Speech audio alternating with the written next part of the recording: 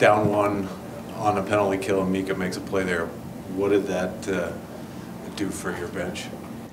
Well, it certainly gave us a little life. I thought, you know, that first period was probably as bad a period as we've played all year. Not a lot of life to our game, not a lot of pace to our game, certainly not a lot of physicality to our game. And, you know, we probably got what we deserved coming out of that period 1-0. But, you know, the penalty kill gave us some energy. That shorthanded goal kind of gave us a lift. And, you know, I thought we got better as the game went on.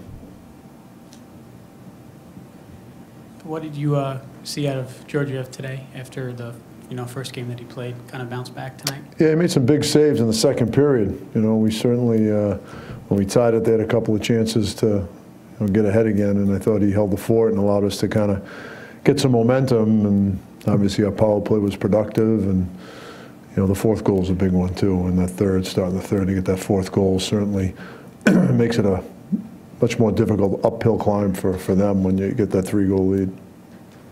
Is there any sense of relief here, not just getting a win, but the way you guys did it, converting on your chances? I mean, it's nice to score, you know. It's nice to win a game that, you know, you're not on the edge of your seat. Not that we weren't afforded to, but, you know, it's just, you know, it's nice to, you know, overcome a bad first period, you know, and, you know, quite frankly, we haven't had many bad nights. I mean, when you think about our season so far, and we were kind of just talking about that, I mean, you know, we lose to Edmonton 2-1, we play pretty well. You know, we beat Colorado, we tie Washington, and, you know, the other night we played pretty well against Calgary. So, you know, that first period was the first stinker we'd had in a while. And to be able to come back and get some energy off a penalty kill, and I'm not saying we played great tonight, but find a way to win. And that's what you have to do. You're not going to have 82 great nights. You got to find ways to win when you're not on your A game. Not sure how much you've seen of Zibanejad before. You know, you coached him, but the kind of player you expected, the kind of the guy you talked to over the summer, what are you seeing from him? I mean, I can't tell you how happy I am for him that he's getting rewarded statistically, because I know early on he was playing really good hockey and not getting rewarded. And I'll tell you, he's a complete player. And I knew he was a good player before I got this job. I didn't know he was this good. And this is a guy that does a little bit of everything. He's got skill, he's tough, he can skate.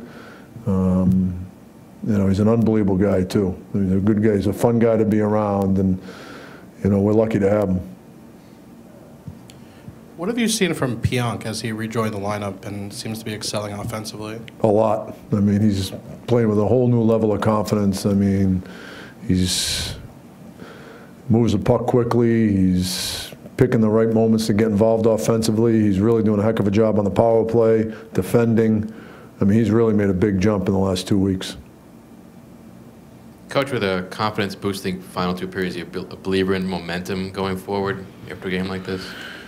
Yeah, you hope so. You know, like I said, you know, I thought we were in a good position going to the Calgary game after getting the win against Colorado and then getting a point down in Washington, playing well back-to-back nights, going down to playing the Stanley Cup champions and getting a point there. We thought we were in a good position to build off that. That was, I think, on top of losing to Calgary the way we did and not being able to build some momentum, I think that kind of was a little bit of a tough pill to swallow. Maybe it had something to do with our first period, but, you know, we're going to look to go and get ready to go and play a tough opponent in Chicago.